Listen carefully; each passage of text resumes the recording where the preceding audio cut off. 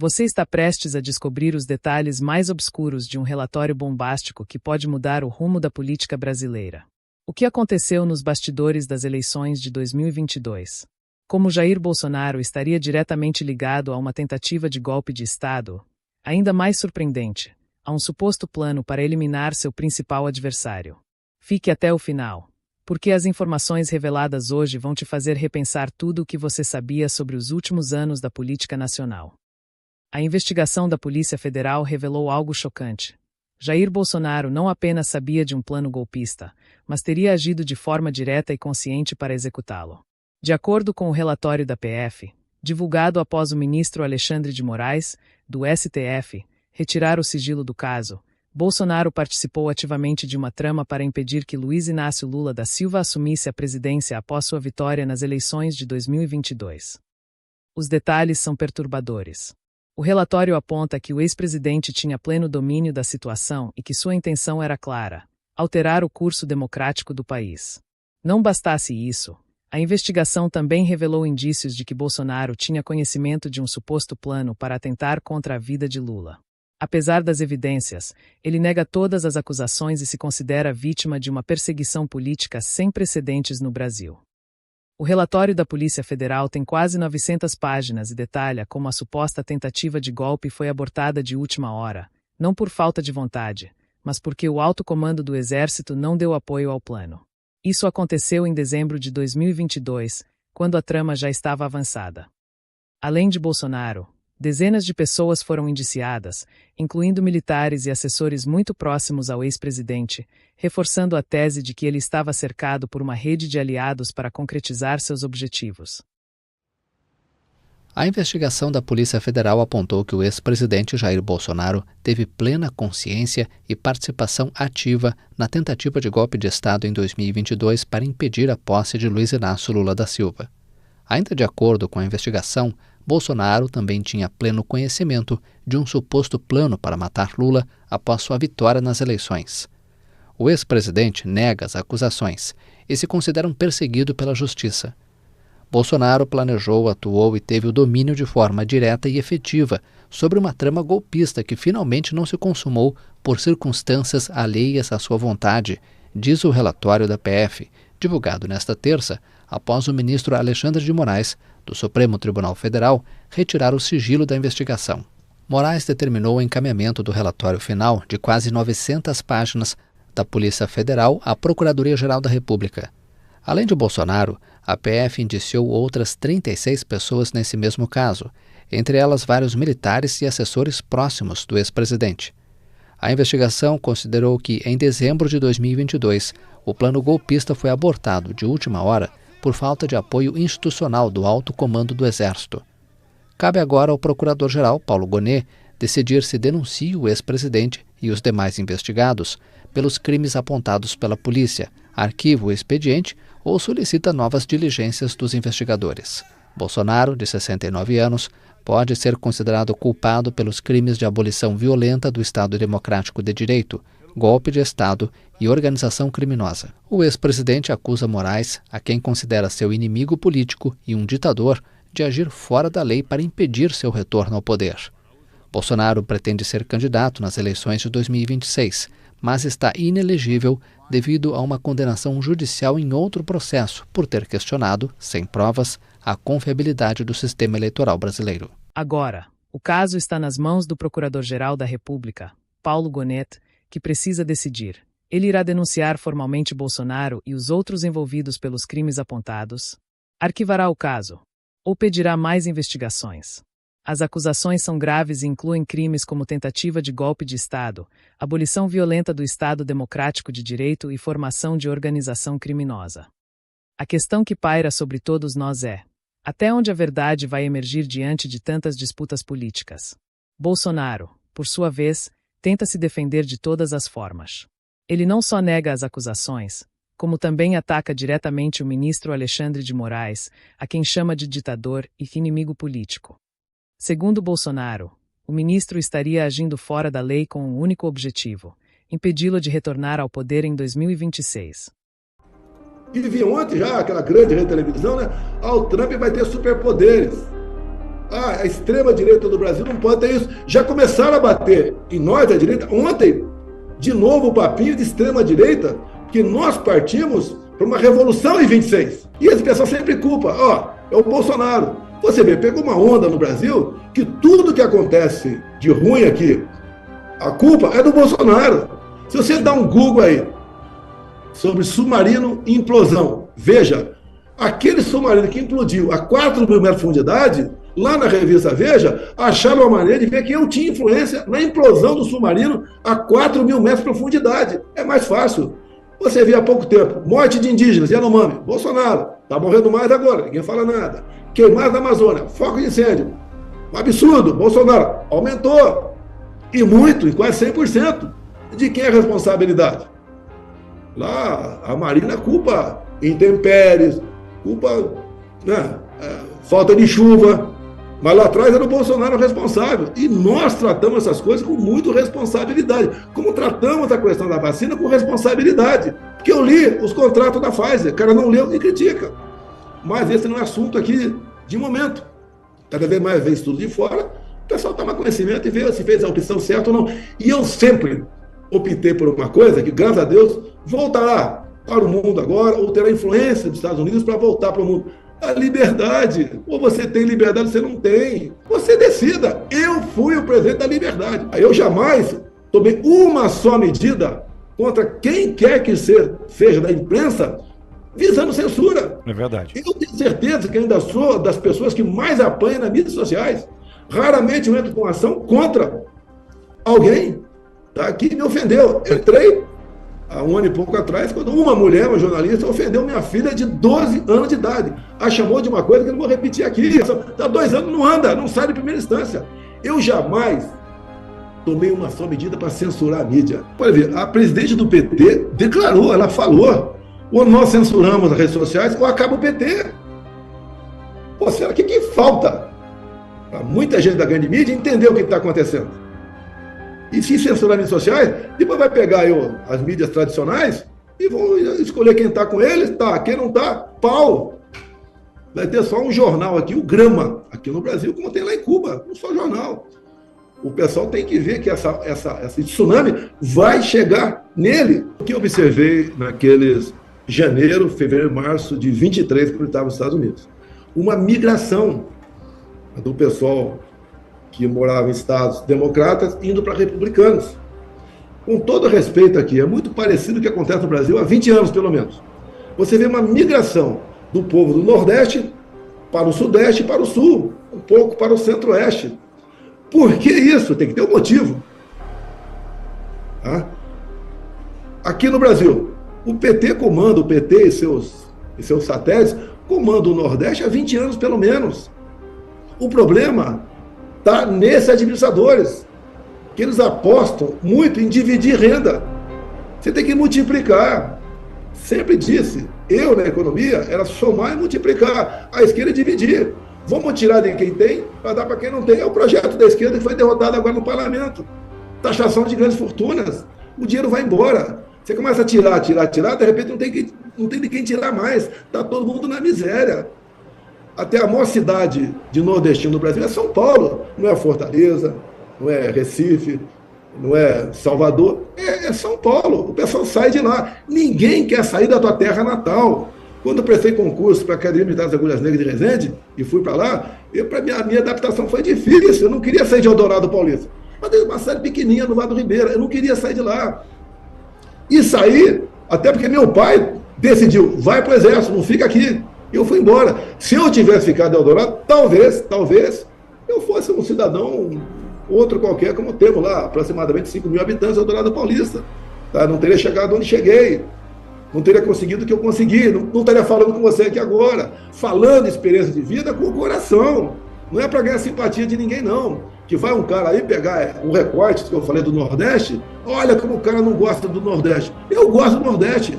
A minha esposa é filha de cearense. Cabra da Peste, lá de Crateús. E nós somos um povo miscigenado. Ou seja, buscando a origem dos problemas. Então, os estados democratas, quem tinha dinheiro, quem tem recurso, foi o estado republicano, onde o imposto é menor, onde essas pautas identitárias de ataque à família quase inexistem, porque a esquerda tenta fazer todo mundo igual. Nós não somos iguais. Nós não somos iguais, somos diferentes. Todos nós somos diferentes um do outro. Dentro da própria família tem diferença. Eu tenho 2 irmãos, por exemplo, nascidos em anos diferentes, mas 5 de maio. São diferentes. É assim a nossa população. Agora, você hoje ainda consegue, quer dizer, mais difícil, o filho de alguém, da pessoa que ganha salário mínimo, ganha BPC, ser alguém na vida. Brevemente ninguém vai conseguir ser mais nada aqui no Brasil, que aquela velha política, você está mal, o cara acha o responsável pelo seu insucesso. Eu digo sempre, se você está mal, primeiro tem que buscar em você a responsabilidade do insucesso. Não em terceiro, não é colega porque eu não sou deputado, mas parlamentares do meu partido, ou partidos parecidos com o nosso, tá? Criticando nova direita, não podemos perder as nossas origens, tá? Nós temos que portar de maneira a não decepcionar o nosso povo. Não é portar para não decepcionar o povo. Você não pode decepcionar o povo. Criticando. Gente, não, deputados aí, olha, esse acordo não pode acontecer. Vamos fazer uma comparação, uma analogia com os Estados Unidos.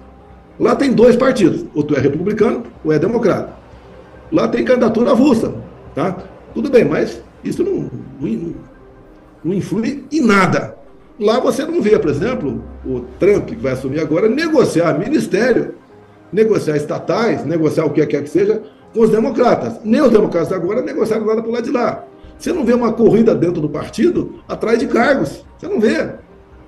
Lá tem muito mais a vontade de servir a sua pátria. Nós começamos a ajudar a mudar isso daí. Digo a esses parlamentares, são de direita, né? Eu lá atrás era dono do meu voto, você é dono do seu voto também. Lógico, você está no PL, você não pode votar certas pautas com o PT. Ideologia de gênero, entre outras, não tem cabimento isso aí. Você votar favorável, por exemplo, ao regime de urgência, para poder botar em pauta um projeto que visa censurar a censura. O resto, você tem liberdade para votar, como eu sempre votei lá atrás. Agora, entendo que aqui, por exemplo, é diferente dos Estados Unidos, aqui tem vários partidos, você pode ver. Eu em 19, 8% dos deputados eram do PSL e 10% dos senadores. O Trump agora tem a maioria no Senado e na Câmara. E vi ontem já aquela grande rede de televisão, né? O Trump vai ter superpoderes. A extrema-direita do Brasil não pode ter isso. Já começaram a bater em nós, a direita. Ontem, de novo, o papinho de extrema-direita, porque nós partimos para uma revolução em 26.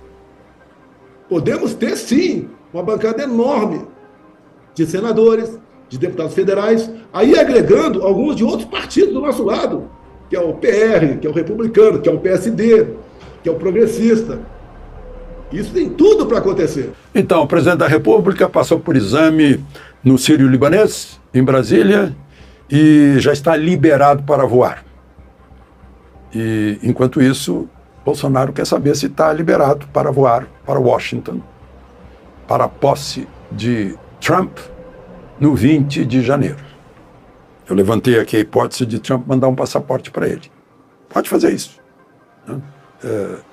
O chefe de Estado, o Estado, tem o poder de dar um passe-partout, laissez-passer, a linguagem diplomática francesa da época, né? Para que a pessoa entre em qualquer fronteira do país, não importa a nacionalidade. Não significa dar-lhe a nacionalidade americana. Ele é um passaporte transitório, provisório. Agora, já se anunciou que Bolsonaro vai pedir licença ao Supremo para se ausentar do país. E, obviamente, voltar, né? Bom, isso vai ser resolvido da melhor forma, que fique bem para o Supremo, porque, de repente, o Departamento de Estado pode fazer um pedido ao governo brasileiro para que ele possa ir, né? Já entra num nível diplomático, uma coisa vai envolver Supremo, diplomacia, soberania, melhor fazer coisas mais rápidas e diretas, como a Brasil e Suécia estão fazendo aí com os aviões, né? A Suécia tem o Gripen, de que o Brasil precisa para garantir o espaço aéreo, soberania aérea.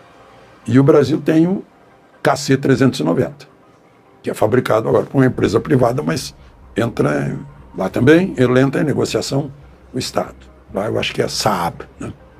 Também fabrica automóveis. É uma boa saída. Mas eu disse que o presidente já pode viajar, a primeira viagem dele vai ser para o Rio de Janeiro.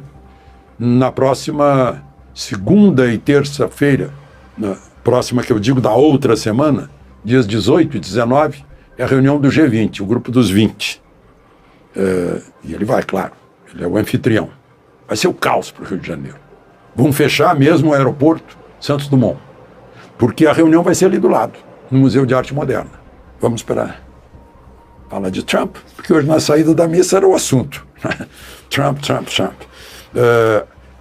Aqui em Brasília eu vi que a embaixadora do governo democrata, ou dos Estados Unidos, já renunciou.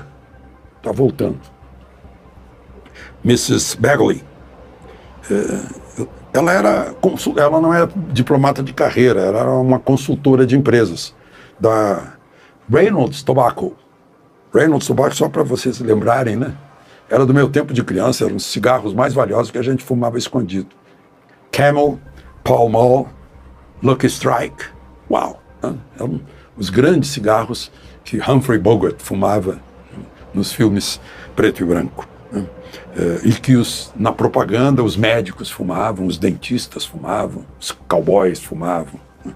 Os atletas fumavam, maluquice. E a principal missão dela, ela própria disse, é evitar a derrubada da floresta amazônica. Ou seja, querem preservar para eles a floresta amazônica, já que eles não têm mais nada parecido, né? Incrível.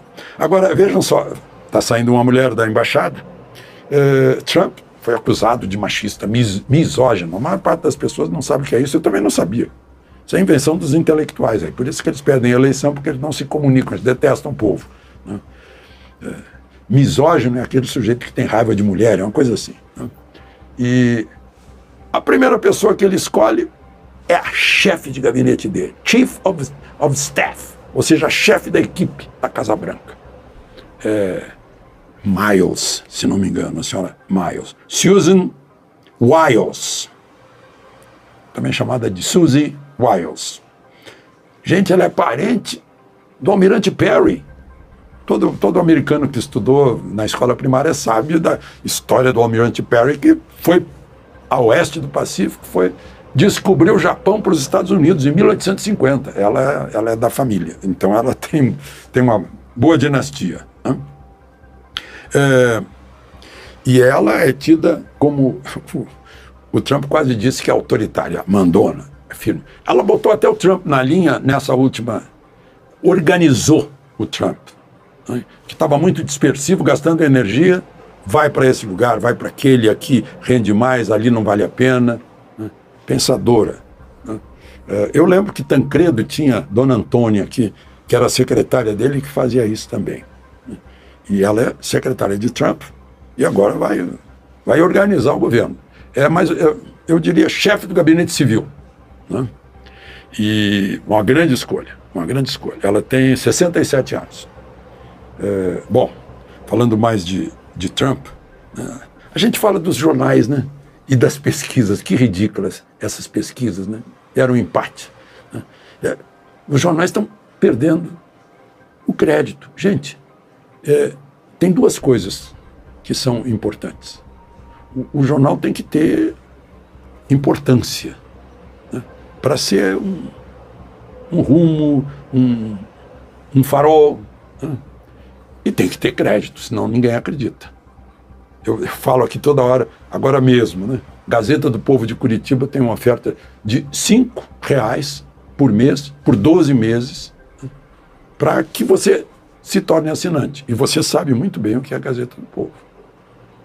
Não aceita propaganda de governo, está ali em cima dependendo dos assinantes, tem mais de 100 anos, né? Tem excelentes figuras que vocês conhecem, né? Nomes de peso, que fazem interpretações, artigos, comentários e dão opinião, eu estou lá também. Mas, sobretudo, não é do sistema.